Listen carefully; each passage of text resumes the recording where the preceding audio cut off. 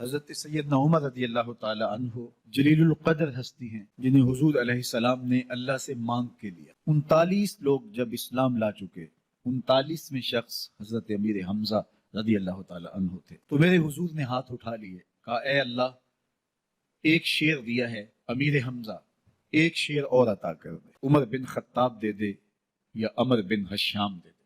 اور یہ ہاتھ میں تلوار لیے کہ بانی اسلام کا چراغ ہی بجھا دینا ہے۔ راستے میں ایک صاحب ملے اور کہا کہ عمر تیور کوئی اچھے نہیں لگتے، کہا چراغ اسلام بجھانے جا رہا ہوں۔ مسکرا کے بولے گھر کی خبر تو لو۔ کہا میرے گھر کو کیا ہوا؟ کہا تمہاری بہن فاطمہ بھی نوکر بن گئی ہے رسول اللہ صلی اللہ علیہ وسلم۔ غصے سے بھرے ہوئے اپنی بہن کے گھر کا رخ کرتے ہیں، اندر سے قرآن پڑھنے کی آواز آ رہی ہے، غصہ اور بڑھ جاتا ہے، دروازے کو زور زور سے کھٹکھٹاتے ہیں، دروازہ کھولو، جلدی سے معلم کو چھپا دیا اور بہن آگے بڑھ کے دروازہ کھولا۔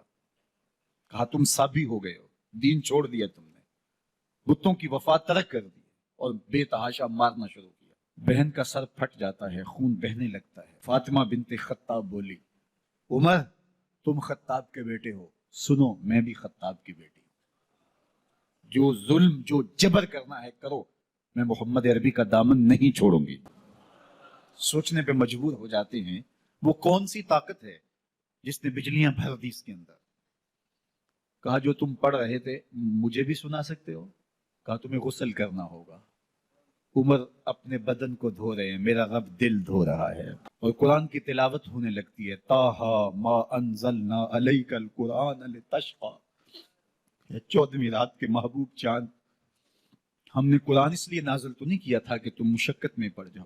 بے تاب ہو گئے، کہا عمر کی عمر برباد ہو گئی، مجھے لے چلو حضور کی چوکھٹ پہ۔ حضور کی بارگاہ میں حاضر ہو رہے ہیں، دروازے کے سوراخوں سے دیکھا تو صحابہ تشویش کا اظہار کرنے لگے کہ عمر آ رہا ہے، تلوار حمائل کی ہے، ارادے اچھے نہیں لگتے۔ جناب امیر حمزہ نے کہا دروازہ کھول دو، اچھی نیت سے آیا تو استقبال کریں گے، نیت اچھی نہیں ہے تو اس کی تلوار سے اس کی گردن کاٹ دیں گے۔ حضور کے سامنے جا کے بیٹھ گئے، گلے میں کپڑا ڈالا تو حضور نے پکڑ کے کہا عمر ابھی وقت نہیں آیا کہ تم اسلام لے آؤ؟ یہی وقت تھا عمر کے اسلام لانے کا۔ لبوں پہ کلمہ جاری ہو گیا، اللہ اکبر کی صدا اس زور سے گونجی کہ مکے کی گلیاں گونجنے لگی۔ اسلام لانے کے بعد حضور سے پوچھتے ہیں حضور کیا ہم حق پر نہیں ہیں؟ فرمایا ہم حق پر ہیں۔ اللہ کا دین سچا نہیں ہے؟ کہا اللہ کا دین سچا ہے۔ آپ اللہ کے سچے نبی نہیں ہیں؟ فرمایا میں اللہ کا سچا نبی ہوں۔ تو کہا پھر ہم چھپ کے عبادت کیوں کریں؟ اب مسلمانوں کی دو صفیں بنتی ہیں، ایک صف کی قیادت امیر حمزہ کرتے ہیں، دوسری صف کے آگے آگے عمر بن خطاب چلتے ہیں۔